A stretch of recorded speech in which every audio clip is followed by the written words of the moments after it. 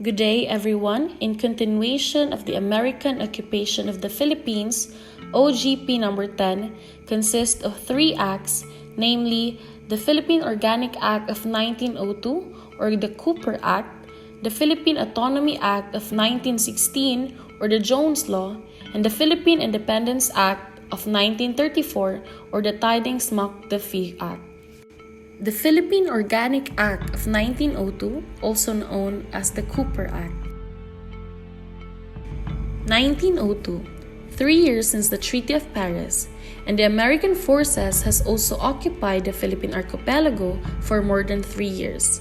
The Americans portrayed themselves as friends that led for natives to surrender, except those in the northern Luzon and most part of Mindanao.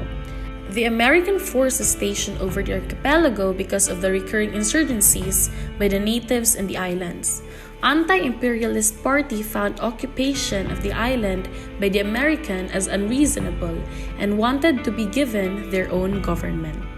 Henry Allen Cooper proposed the change in how the Philippines should be handled in a civil way instead of the militaristic nature. Henry Allen Cooper, a U.S. representative, proposed the Organic Act of 1902, an act temporarily to provide for the administration of the affairs of civil government in the Philippine Islands and other purposes. On March 1502, under the 15th Congress of the USA, the Cooper Act was proposed. In July 1 of 1902, the Philippine Organic Act of 1902, also known as the Cooper Act, named after its proponent Henry Allen Cooper, was enacted on the U.S. Congress. This act temporarily provided for the administration of the affairs of civil government in the Philippine Islands and for other purposes. It also established control for the insurgents of Filipino Revolutionary Movement. Here are some contents inside the act. First is to establish Bill of Rights for the Filipinos that protected their rights to live, to acquire property, to practice religion, to be subjected to due process, to exercise obligation, to enjoy compensations due to them, and freedom of expressions. The Act also authorized 2 Filipino residence commissioners to represent the Philippine government in the U.S. Congress, the creation of a lower legislative branch with elected Filipino representatives as legislators. It also mandates the U.S. President to order the Philippine Commission to perform a census of the islands and make a detailed report about the population and matters about the people that may be deemed by the commissions as necessary while peace is being upheld. It also exercises the executive power by the civil governor, who have several executive departments, and established of the Philippine Assembly to be elected by the Filipinos. It also led to the creation of a Philippine Commission Governor and Vice Governor of the Philippine Islands and the 4 executive departments of government, namely the Department of Interior, second, the Department of Commerce and Police, third is the Department of Finance, and fourth is the Department of Justice and Public Instruction, all under by the authority of the U.S. and enacted by the Philippine Commission, which is the upper house, and the Philippine Assembly as the lower house.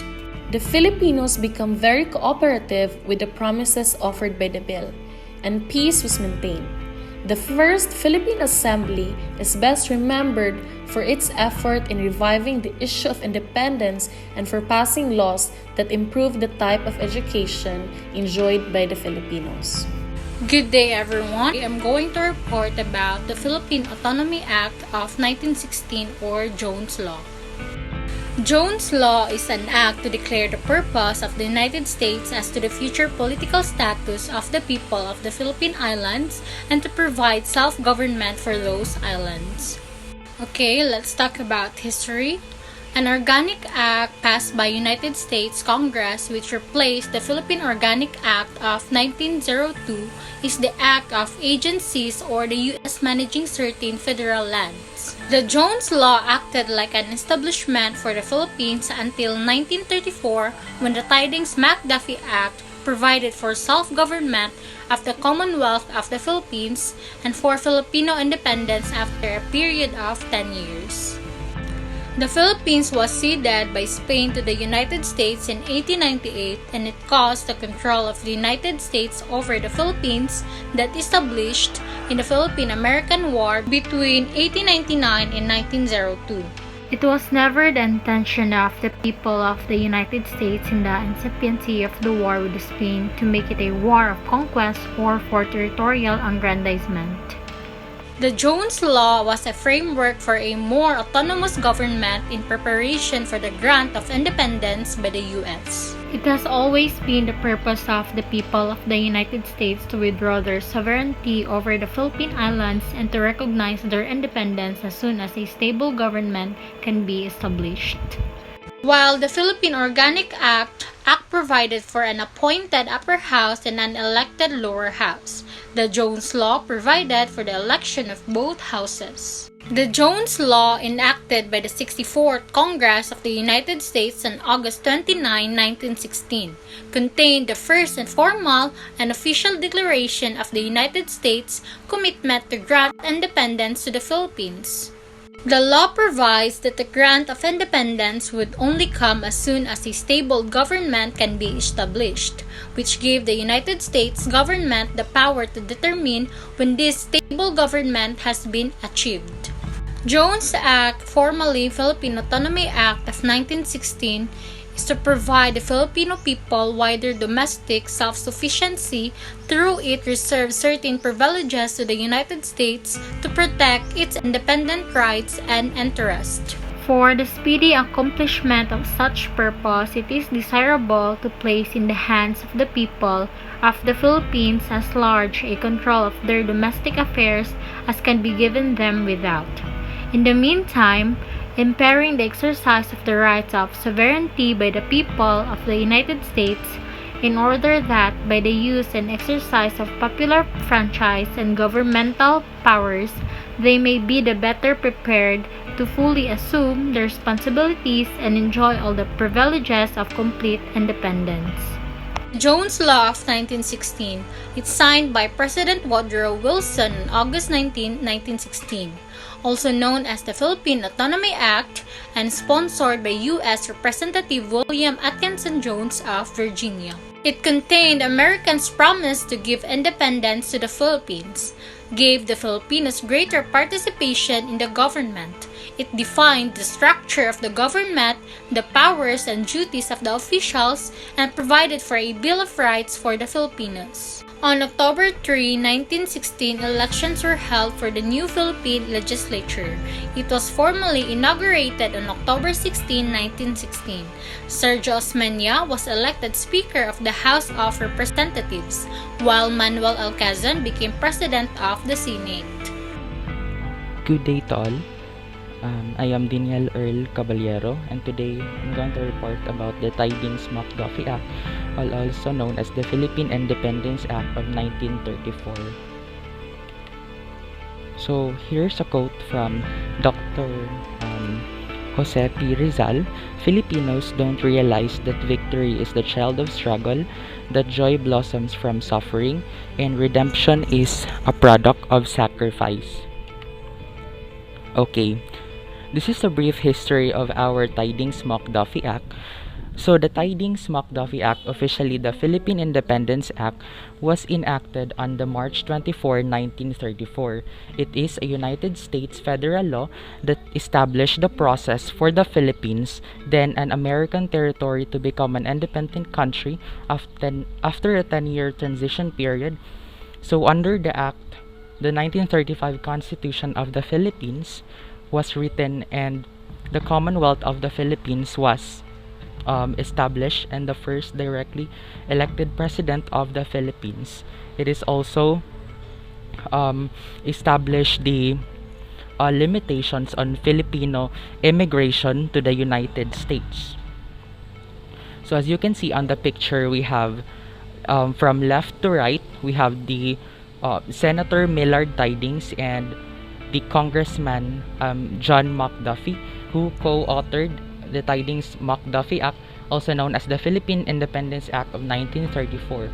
So the act was authored in the 73rd United States Congress and signed into law by the United States President Franklin D. Roosevelt.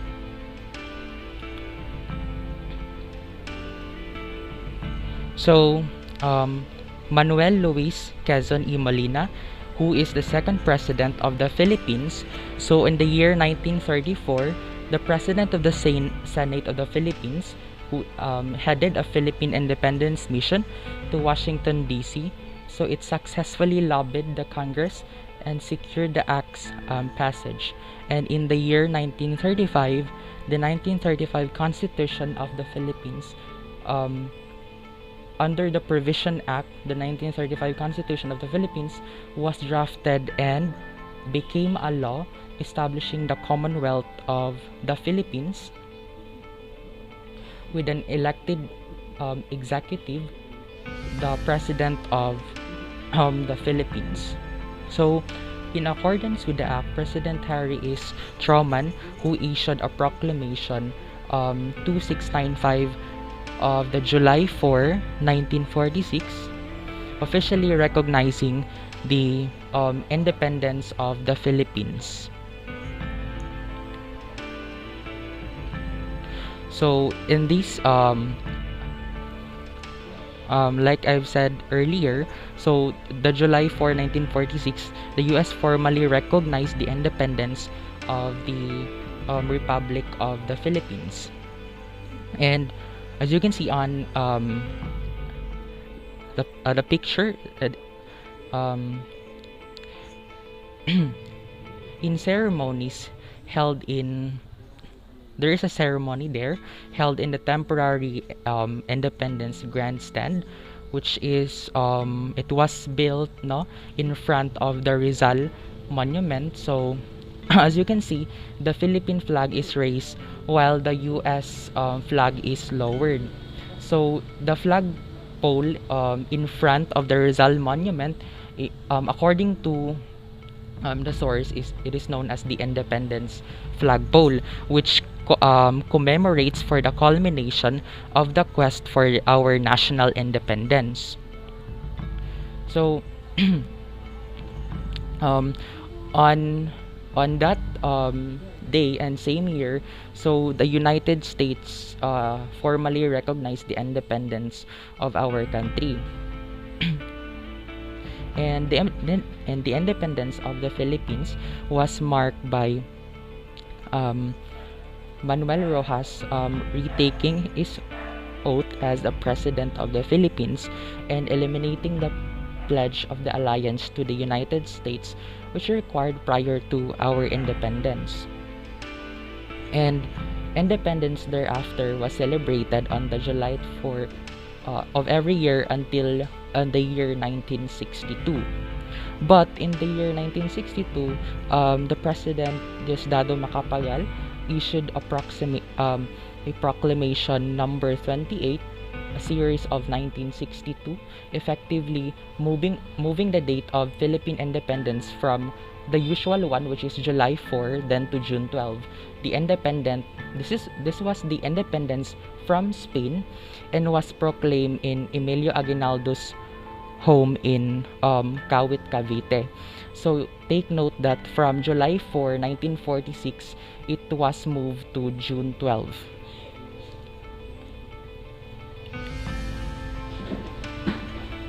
So what is the purpose of the law? So these are the provisions of the Tidings-McDuffie Act, also known as the Philippine Independence Act of 1934.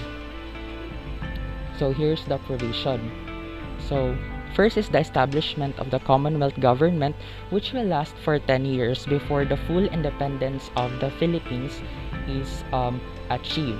So what it means is the act mandated the United States recognition independence of the Philippine Islands as a separate and self-governing nation after a 10-year transition period.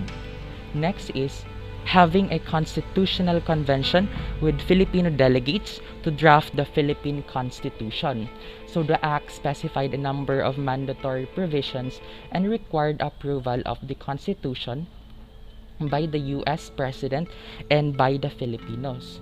And we also have the people's election of representatives to the Senate and Congress. So, um, the act was intended as a transitional constitution to ensure the democracy and the freedom of the people in our country. So, um, this election process is used to make sure that every citizen has a chance to take part in the government and help choose the people that will serve as their leaders and also to represent their ideas. Next is granting of Philippine independence after 10 years of Commonwealth government.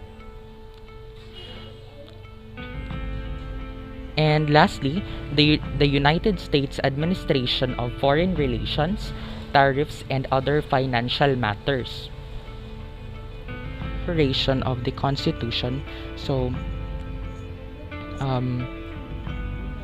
one of the provisions of the Tidings-McDuffie Act was the existence of a constitution for the Commonwealth, and also there was an election to choose delegates to write it.